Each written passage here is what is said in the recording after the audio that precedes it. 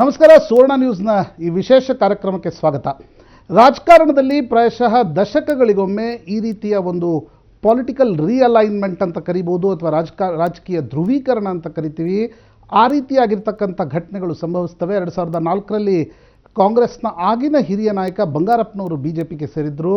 2017ರಲ್ಲಿ ವಿಧಾನಸಭಾ ಚುನಾವಣೆಗೆ 1 ವರ್ಷಕ್ಕೆ ಮುಂಚೆ ಕಾಂಗ್ರೆಸ್ನ ಅತ್ಯಂತ ಹಿರಿಯ ಸೇನಾಧಿಪತಿ SM ಕೃಷ್ಣ ಕಾಂಗ್ರೆಸ್ ಸೇರಿದ್ದಾರೆ. ಇವತ್ತು ಸುವರ್ಣ ನ್ಯೂಸ್ನ ವಿಶೇಷ ಕಾರ್ಯಕ್ರಮದಲ್ಲಿದ್ದಾರೆ. ಸರ್, ಈ ಒಂದು ವಿಶೇಷ ಕಾರ್ಯಕ್ರಮಕ್ಕೆ ಸ್ವಾಗತ. ಧನ್ಯವಾದಗಳು. ಕೃಷ್ಣ ಅವರೇ, ಕಳೆದ 2 ತಿಂಗಳಿನಿಂದ ರಾಜ್ಯದಲ್ಲಿ ಅಥವಾ ದೇಶದಲ್ಲೂ ಕೂಡ ಅನೇಕರು ಕೇಳ್ತಕ್ಕಂಥ ಒಂದು ಪ್ರಶ್ನೆ, 84-85 ವಯಸ್ಸಿನಲ್ಲಿ ಕೃಷ್ಣ ಅವರು ಯಾಕೆ ಪಕ್ಷ ಚೇಂಜ್ ಮಾಡ್ತಿದ್ದಾರೆ, ಅದು ಕಾಂಗ್ರೆಸ್ನಿಂದ BJPಗೆ ಯಾಕೆ ಹೋಗ್ತಿದ್ದಾರೆ ಅಂತಕ್ಕಂಥ ಪ್ರಶ್ನೆ ಸ್ವಾಭಾವಿಕವಾಗಿ ಎಲ್ಲರ ಮನಸ್ಸಿನಲ್ಲಿದೆ. ಸ್ವಾಭಾವಿಕವಾಗಿ ಇಂಥ ಪ್ರಶ್ನೆಗಳು ಉದ್ಭವಿಸ್ತಕ್ಕಂಥದ್ದು ನಾವು ನಿರೀಕ್ಷೆ ಮಾಡ್ಬೋದು. ನಾನು ಈಗಾಗಲೇ ಹೇಳಿದ್ದೀನಿ, ರಾಜಕಾರಣದಲ್ಲಿ ವಯಸ್ಸಿನ ಇತಿಮಿತಿಗಳಿಲ್ಲ. ನನ್ನ ಫೇವರೆಟ್ ಕೋಟ್ ಜನರಲ್ ಮೆಕಾರ್ಥರ್, ಆತ ಹೇಳ್ತಾನೆ, soldier never retires, he fades away ಅಂತ ಹೇಳಿ. So I belong to that category. I am not retiring from politics. I have said it even on the day when I resigned. Congress ಪಾರ್ಟಿಯಿಂದ ಬಿಟ್ಟಾಗಲೂ ಕೂಡ ಅದನ್ನು ಸ್ಪಷ್ಟಪಡಿಸಿದ್ದೇನೆ. ಇನ್ನೂ ನನ್ನಲ್ಲಿ ಆ ಚೈತನ್ಯ ಇದೆ. ಇನ್ನೂ ನಮ್ಮ ನಾಡಿನ, ನಮ್ಮ ದೇಶದ ಸೇವೆ ಮಾಡಬೇಕು. ಅದಕ್ಕೆ ಒಂದು ವೆಹಿಕಲ್ ಬೇಕು. ನಾನು ಕಳೆದ ಕೆಲವಾರು ವರ್ಷಗಳಿಂದ ಕಾಂಗ್ರೆಸ್ ಪಕ್ಷವನ್ನು ನಾನು ನನ್ನ ವೆಹಿಕಲನ್ನಾಗಿ ನಾನು ಆರಿಸಿಕೊಂಡಿದ್ದೆ. ಆದರೆ ಇತ್ತೀಚಿನ 3 ವರ್ಷಗಳ ಕಾಂಗ್ರೆಸ್ಸಿನ ನಡವಳಿಕೆಯನ್ನು ನೋಡಿದಾಗ ಮತ್ತು ಕಾಂಗ್ರೆಸ್ಸು ಈ ರಾಜ್ಯಗಳಲ್ಲಿ ಏನು ನಡೆಸ್ತಾ ಇವೆ ರಾಜ್ಯಭಾರ, ಅವುಗಳನ್ನು ನೋಡಿದಾಗ ನನಗನ್ನಿಸ್ತದೆ ಕಾಂಗ್ರೆಸ್ಗೆ ನನ್ನಂಥವ್ರು ಬೇಕಾಗಿಲ್ಲ. ಅದನ್ನೇ ಬಹಳ ಸೂಕ್ಷ್ಮವಾಗಿ ಹೇಳಿದೆ. ಕಾಂಗ್ರೆಸ್ನವ್ರಿಗೆ ಗ್ರಾಸ್ ರೂಟ್ಸ್ ಲೆವೆಲ್ ಕಾರ್ಯಕರ್ತರು ಬೇಕಾಗಿಲ್ಲ. ಅವ್ರಿಗೆ ಬೇಕಾಗಿರ್ತಕ್ಕಂಥದ್ದು ಮ್ಯಾನೇಜರ್ಸು, ಏನೋ ಹಾಗೇನು ಪದನ ಉಪಯೋಗಿಸಿ. ಕನ್ನಡದಲ್ಲಿ ಅದನ್ನು ವಂದಿಮಾಗದರು ಬೇಕು ಅಂತ, ಕನ್ನಡದಲ್ಲಿ ವಂದಿಮಾಗದರು ಬೇಕು. ನೀವು ಟ್ರಾನ್ಸ್ಲೇಷನ್ ಮಾಡ್ಕೊಳ್ಳಿ, ಏನೋ ಮ್ಯಾನೇಜರ್ಸ್ ಬೇಕು ಹಾಗೆ ಅಂಥೇಳಿ. ಅದಕ್ಕೆ ನಾನಾ ವಿಧವಾದಂಥ ಮ್ಯಾನೇಜರ್ಸ್ ಅಂದರೆ ಯಾರು ಏನು ಅನ್ನೋದನ್ನು ಅದು ಕ್ರಮೇಣ ವ್ಯಕ್ತವಾಗ್ತದೆ. ಆದ್ದರಿಂದ ನಾನು 2-3 ವಿಚಾರಗಳಲ್ಲಿ ನರೇಂದ್ರ ಮೋದಿಯವರ ಸರ್ಕಾರವನ್ನು ನಾನು ಒಪ್ಪುತ್ತೇನೆ, ಅದಕ್ಕೆ ಸಮರ್ಥನೆ ಕೊಡಬೇಕು ಅಂತಕ್ಕಂಥದ್ದು ನನ್ನ ಹೃದಯಾಂತರಾಳದಿಂದ ಬಂದಿರತಕ್ಕಂಥದ್ದು. ಒಂದನೇದು, ಅವರು ಡಿಮಾನಿಟೈಸೇಷನ್ ಮಾಡಿದ್ರು. ಇದು ನಮ್ಮ ದೇಶದಲ್ಲಿ ಅಂಥದ್ದೊಂದು ದೊಡ್ಡ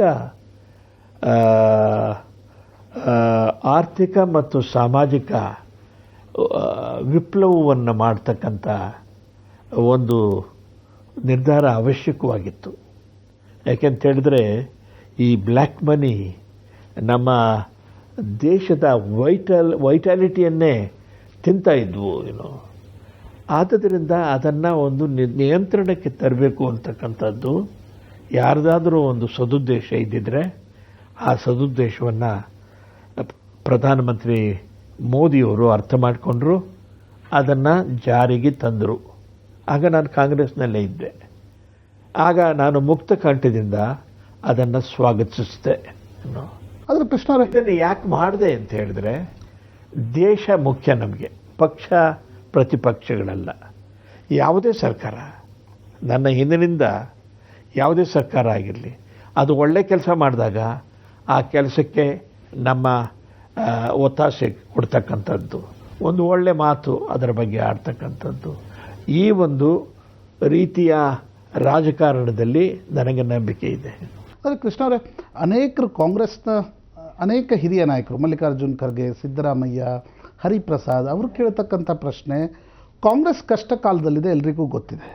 ಅಂಥ ಸಂದರ್ಭದಲ್ಲಿ ಕಾಂಗ್ರೆಸ್ನಿಂದ ಎಲ್ಲ ಅಧಿಕಾರ ಅನುಭವಿಸಿದ್ದ ಎಸ್ ಎಂ ಕೃಷ್ಣ ಅವರು ಪಕ್ಷವನ್ನು ಬಿಟ್ಟು ಹೋಗೋದಾದರೆ ಅದನ್ನು ಅಪಾರ್ಚುನಿಸಮ್ ಅಂತ ಕರಿಬೇಕಾ? ಹೌದು, ಅವಕಾಶವಾದಿ ರಾಜಕಾರಣ ಈ ಪ್ರಶ್ನೆ ಕೇಳ್ತಾರೆ ನನಗೆ. ಹೇಳ್ತಾರೆ.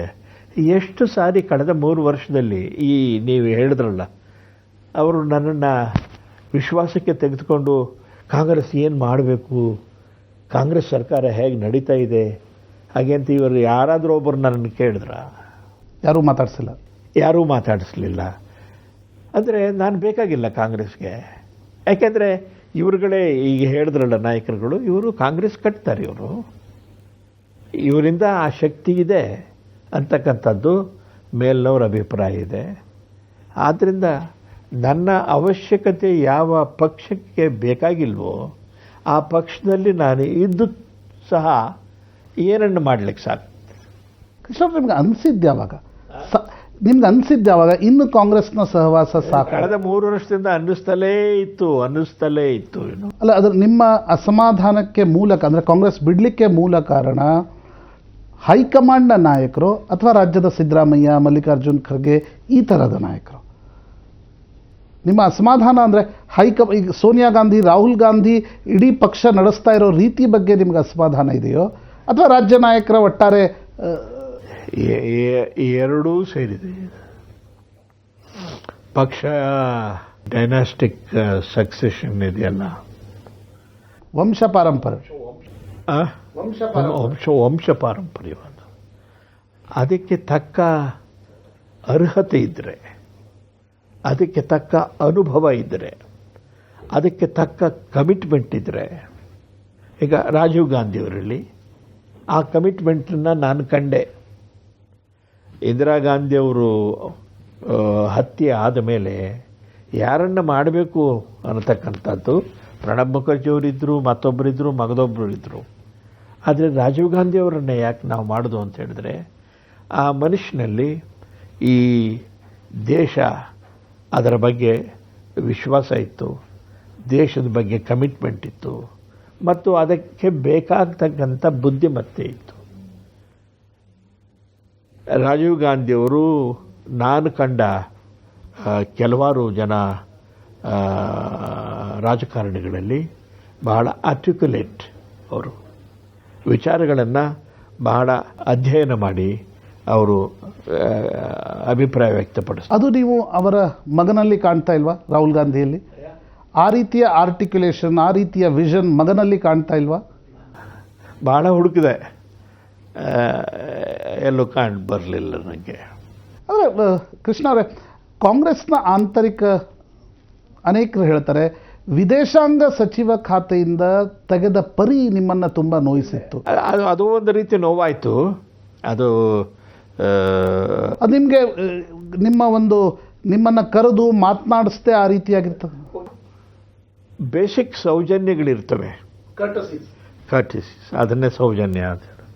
ಆ ಬೇಸಿಕ್ ಕರ್ಟಿಸಿಸ್ಸು ಹೇಳ್ಬೋದಿತ್ತು ನನಗೆ. ಮೊದಲಿಗೆ ನಾನು ಸೋನಿಯಾ ಗಾಂಧಿಯವ್ರನ್ನ ಅದಕ್ಕೆ ಮೊದಲು ಸರಿ ಭೇಟಿ ಮಾಡಿದ್ದೆ. ಆಗ ಅವರು ಸೂಕ್ಷ್ಮವಾಗಿ ಹೇಳಿದ್ರು ಕೂಡ ನಾನು ರಾಜೀನಾಮೆ ಕೊಟ್ಬಿಟ್ಟು ಬಂದ್ಬಿಡ್ತಿದ್ದೆ. ಹೇಳಲಿಲ್ಲ ಅವರು? ಇಲ್ಲ. ರಾಹುಲ್ ಗಾಂಧಿನೂ ನಿಮ್ಮನ್ನು ಕರೆದು ಮಾತನಾಡಿಸಿ? ಇಲ್ಲ, ನಂದು ರಾಹುಲ್ ಗಾಂಧಿ ಅವ್ರದ್ದು 1-2 ಸಾರಿ ಭೇಟಿ ಮಾಡಿದ್ದೆ. ಅವ್ರ ಮಂಡ್ಯಕ್ಕೆ ಬಂದಾಗ ಅವ್ರ ಜೊತೆಲಿದ್ದೆ. ಒಂದು ಸಾರಿ ಇಲ್ಲಿ ಅವರ ಆಫೀಸಲ್ಲಿ ಹೋಗಿ ಅವ್ರನ್ನ ನೋಡಿದ್ದೆ ಅಷ್ಟೇ.